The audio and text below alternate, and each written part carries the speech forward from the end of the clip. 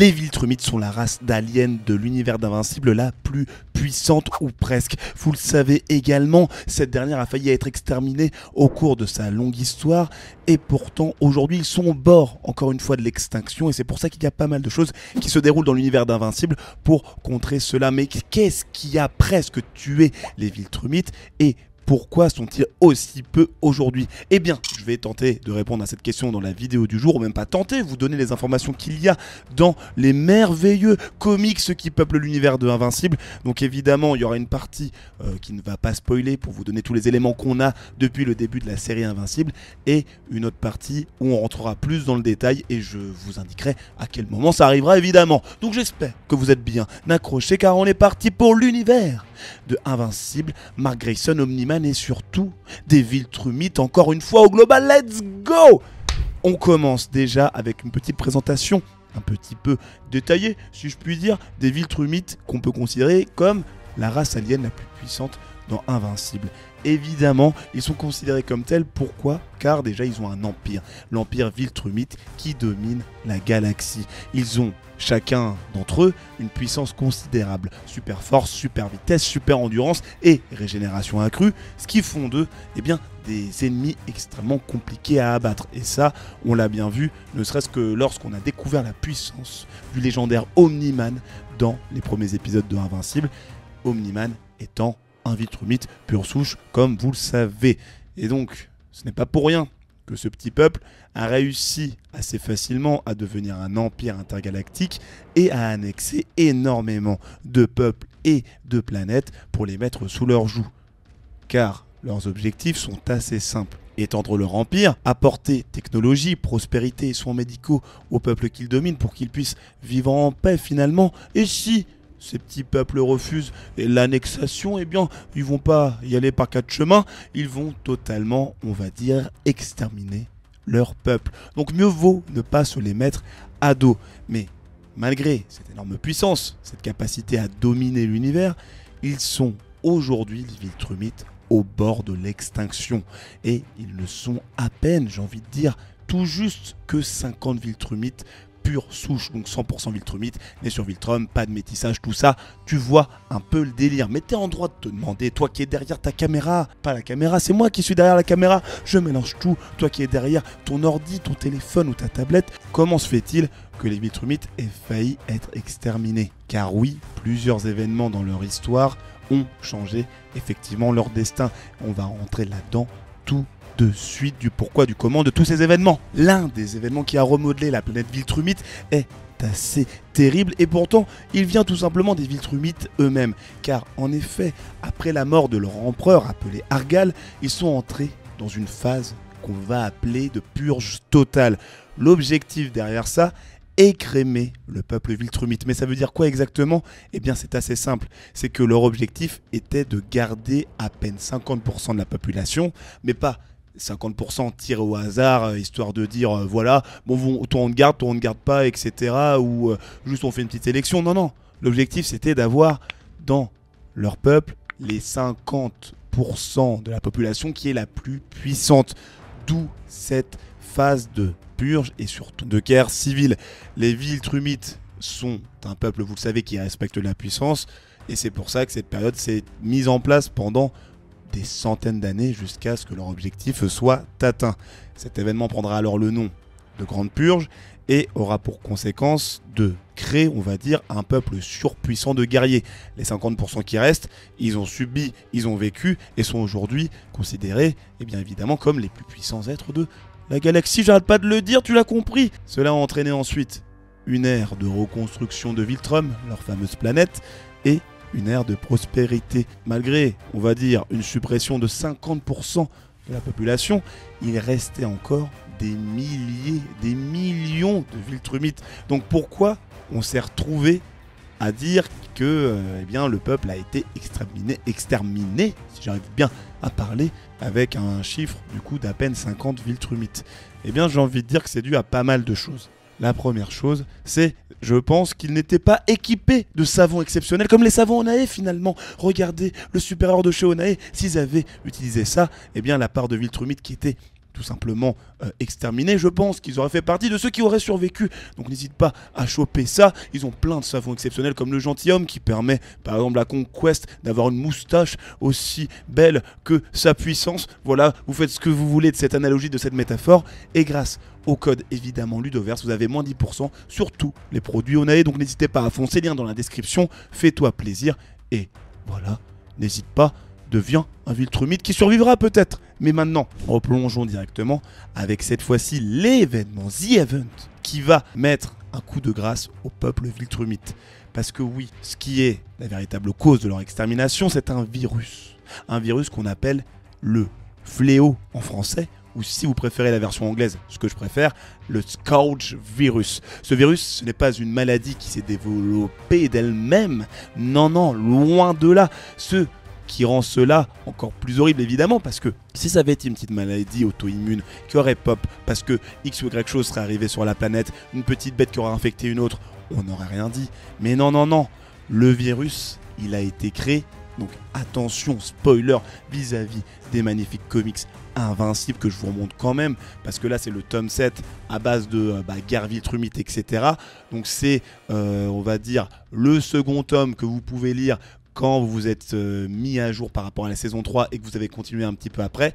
J'ai pas le tome 6 avec moi actuellement, mais je vous mets tout un guide de lecture dans la description pour que vous puissiez vous faire plaisir avec eh bien, tous les comics Invincibles, si vous avez la flemme d'attendre comme moi, et surtout que les comics sont exceptionnels. Autant dire que j'ai plongé dedans, et il y a même des tomes qui sont en rupture de stock. Voilà, je suis allé à la Fnac il y a pas longtemps, je cherchais le tome 10, on m'a dit non, non, c'est plus dispo, mon pote, la saison 3 a tout pété. Donc n'hésite pas à choper ça dans la description évidemment, et en plus tu aides la chaîne, et d'ailleurs tu as aussi le, enfin si t'as pas envie de continuer juste après le tome 6 après la saison 3, eh bien tu as aussi le tome 1, 2, etc. si tu veux commencer dès le début pour te faire un petit kiff et tout relire, parce que l'histoire est quand même assez différente.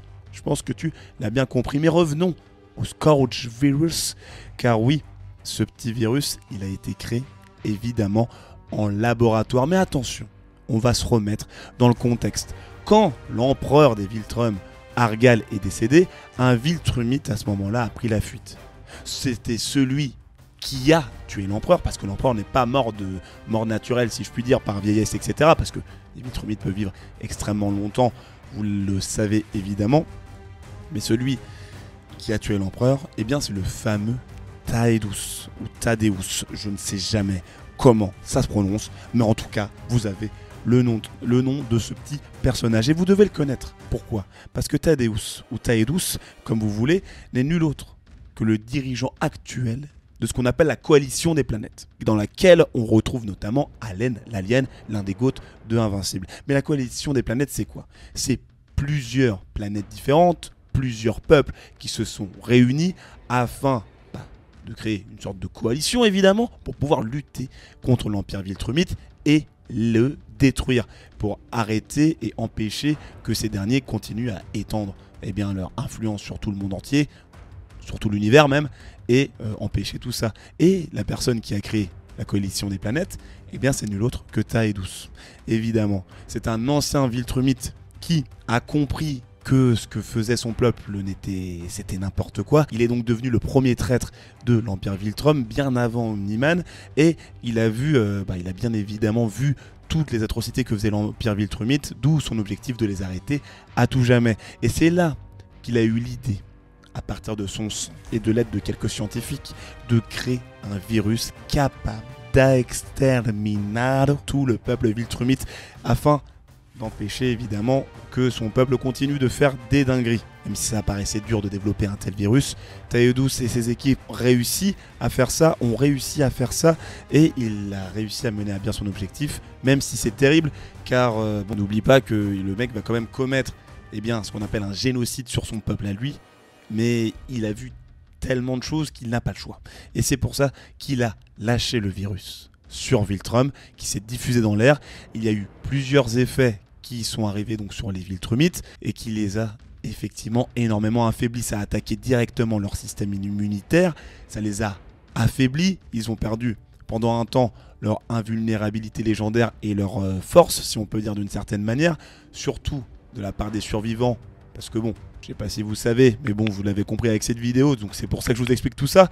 Quasiment tous les Viltrumites ont été infectés, et même s'ils ont tenté de l'endiguer avec leurs scientifiques, etc., c'était trop tard. Ça a touché donc quasiment tout le monde. Ils ont dû même balancer les corps des Viltrumites morts dans l'espace pour pouvoir éviter ou diminuer l'impact que ce virus a eu. Mais malheureusement, même avec ça, 99,9% de la population des Viltrumites a été exterminée. Les corps ont été donc, comme je vous l'ai dit, balancés dans l'espace, qui sont devenus accumulés autour de l'orbite de la planète Viltrum, et bien une sorte d'anneau, un peu à l'image de Saturne, un anneau composé de corps de pauvres Viltrumites, si on peut dire. À vous de me dire si vous êtes quand même un tant soit peu triste par rapport à ça.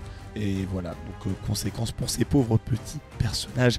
Et au-delà de ça, comme je le disais, vu que la maladie elle était quand même extrêmement puissante, et l'infection et le virus aussi, et bien à un certain moment, certains persos se sont retrouvés en pleine altercation avec d'autres espèces aliens, des espèces aliens comme les Rognar, qui en ont profité pour défoncer les Viltrumites. Les Rognar représentant une sorte de point faible des Viltrumites, car ils sont extrêmement puissants, voire plus puissants que ces derniers.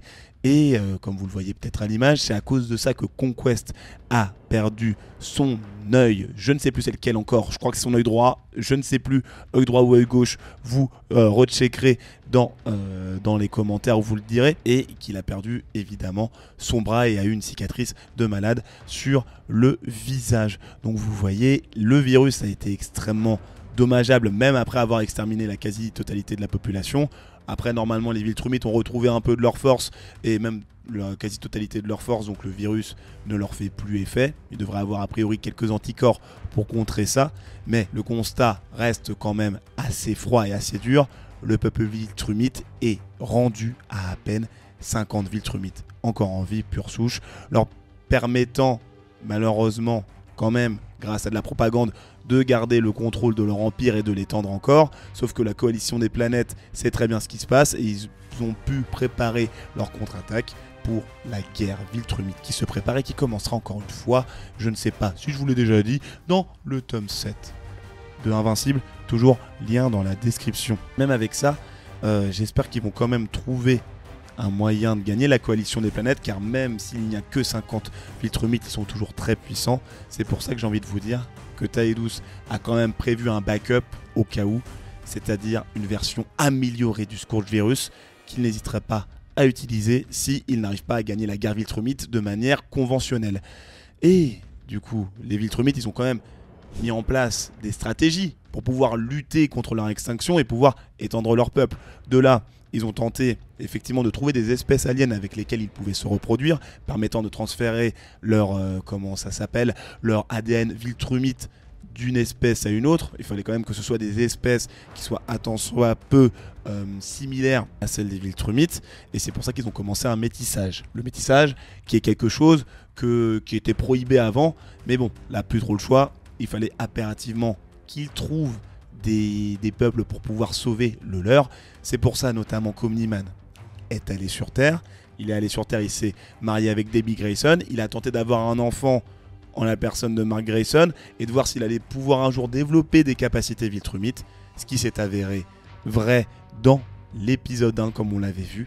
Et donc ça prouvera que les humains est une espèce capable de transférer les gènes Viltrumites, et en plus ça leur permet aux Viltrumites de la planète Viltrum, vous avez compris, de lancer une sorte de camp d'élevage et de justement s'éparpiller, essayer de recréer leur empire et de le réaméliorer de génération en génération. Ça peut le faire pour eux. Pour eux, c'est pas beaucoup d'années, ça va passer potentiellement assez vite vis-à-vis de leur longévité, et ça va être assez fou. Et c'est pour ça notamment qu'Omni-Man s'est retrouvé en 1 versus 7 contre les gardiens du globe, et que les autres Viltrumites ont continué à développer leur puissance. Et j'en parle juste ici dans les vidéos qui sont juste là, donc n'hésite pas à cliquer. C'était évidemment Ludo du Ludoverse. Tu t'abonnes, moins 10% sur les savants Onae, les comics en description toujours. Je te dis à la prochaine. Encore une fois, abonne-toi. Salut!